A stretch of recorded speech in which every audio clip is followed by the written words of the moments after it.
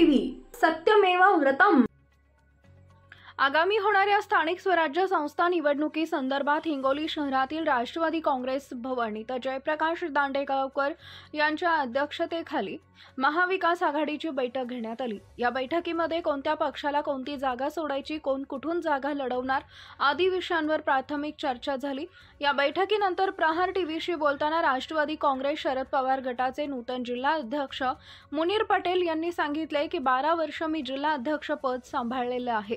पक्षाने पुन्हा माझ्यावर ही मोठी जबाबदारी सोपवली असून माझी जिल्हा अध्यक्ष पदावर निवड झाल्यानंतर मी लगेच कामाला लागलो आणि समविचारी पक्षांना एकत्र करून स्थानिक स्वराज्य संस्था निवडणूक महाविकास आघाडी जिंकण्यासाठी प्रयत्न करणार असल्याचं सांगितले। माजी नगर अध्यक्ष दिलीप चव्हाणसह अनेक माजी नगरसेवकांनी राष्ट्रवादी काँग्रेस शरद पवार गटाला सोडचिठ्ठी देत अजित पवार गटात प्रवेश केल्यामुळे पक्षाला पोकळी निर्माण झाली आहे का या प्रश्नाचं उत्तर देताना मुनीर पटेल यांनी सांगितले की शरद पवार यांच्या तालमीत वाढलेला कोणताही कार्यकर्ता इतर पक्षात टिकतच नाही। मी राष्ट्रवादी काँग्रेसमध्ये सुरुवातीपासून होतो, 2019 पर्यंत होतो। त्यामध्ये 12 वर्ष मी जिल्हाध्यक्ष म्हणून काम केले।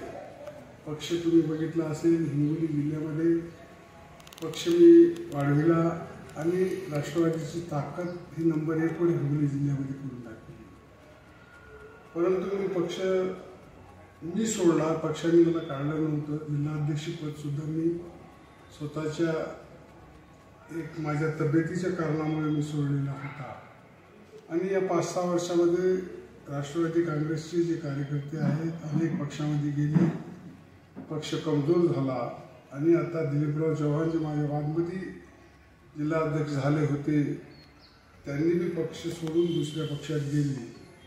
मग आदरणीय आमचे दांडेगावकर साहेब यांनी मला विनंती केली की तुम्ही काही दिवसासाठी का असताना पक्ष तुम्हाला सगळं माहिती आहे, तुम्ही पक्ष सांभाळू शकता, तुम्ही पक्ष मोठं करू शकता।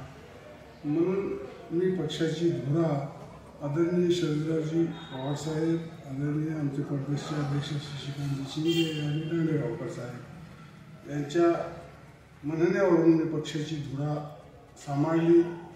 मला येऊन 2-4 दिवस झाले तर मी पक्षवाढीसाठी आणि येणाऱ्या ज्या निवडणुका आहेत, नगरपालिका असो, जिल्हा परिषद, पंचायत समिती, ग्रामपंचायत ह्या निवडणुकीकडे तोंडावर येऊन राहिलेले आहेत। आल्या सर्वप्रथम मी ते हे काम करायचा प्रयत्न केला की आघाडीचे तिन्ही घटक आणि जे पक्ष बिखरलेले आहेत, 3 आघाडीचे आणि बाकी लहान पक्षसुद्धा जे समविचारी पक्ष आहेत असे बिखरलेले आहेत, त्यांना एका जागी आणण्याचं काम मी या 2-4 दिवसापासून करायलो। आपण बघितलं असेल, 2 आमच्या बैठकासुद्धा झाल्या आणि या दोन्ही बैठकांमध्ये एक समाधानकारक बैठका झाल्या पक्षांच्या आणि आघाडी करायचे निश्चित झालेला आहे।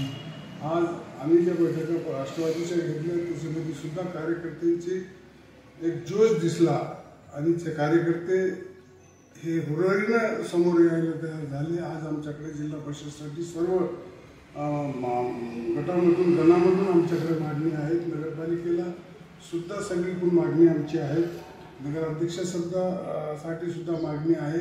आणि जेव्हा आघाडी होईल त्यावेळेस निश्चितपणे आम्ही सर्व जागा हे निवडून आणू आणि या युतीला, या शासनाला, ह्या पैशाच्या जोरावर राजकारण करणारे सगळे पक्षांना आम्ही निश्चितपणे मी जागा राष्ट्रवादी काँग्रेस, शरद पवार गट आणि काँग्रेस आणि शिवसेना उभाटा गट या तिन्ही पक्षाच्या मार्फत आम्ही जागा दाखवून देऊ की हे जी जनता आहे ते आमच्या बाजूने आहे। आज जनता फार मोठ्या प्रमाणात दुःखी आहे, शेतकरी मोठ्या प्रमाणात दुःखी आहे।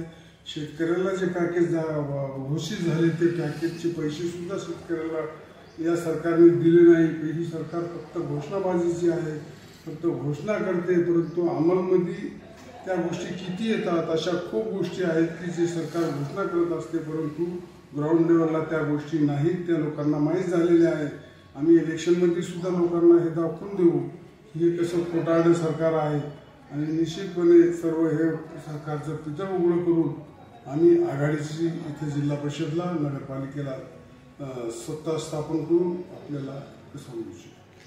आपलं एक मोठं गट आहे दिलीप चव्हाण आणि इतर जे नगरसेवक माजी नगरसेवक नगराध्यक्ष गेले त्याच्यानं आपल्या पक्षाला काय परिणाम होणार? बघा, मी जरा खरं बोलणारा माणूस. मी ज्यावेळेस पक्ष सोडून गेलो, मी दुसऱ्या काँग्रेसकडे गेलो.